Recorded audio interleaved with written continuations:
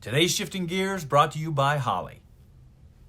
Hey everybody, today's Shifting Gears we're going to call the woes of wiring, because sometimes you hit a real mess. This is what we got here. Now basically this is the front wiring harness on the old Jeep Scrambler, and I really hadn't planned on completely rewiring this Jeep, but I might have to. Now basically what I did is I laid out the harness that goes from the firewall forward just to check it out and see, what kind of things have been done to it. Now I took the loom off.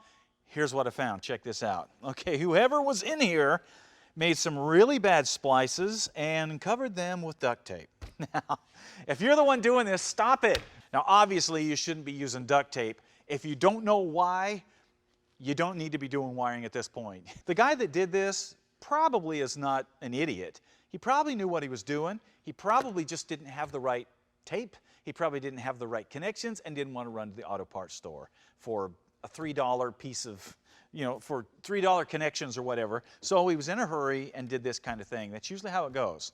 So if you're doing your wiring and you don't have the right parts, and I know you're in a hurry, take your time, set it aside, go to the store, get the right stuff, and wire it right. This is too important to just hack. You cannot just hack your wiring. Another thing, anytime that you leave a wire open like this, this is all through this harness.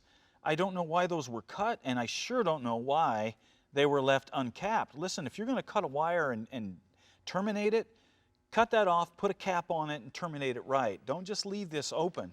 That goes somewhere, and it is a wonder that this thing didn't catch on fire and burn that Jeep to the ground.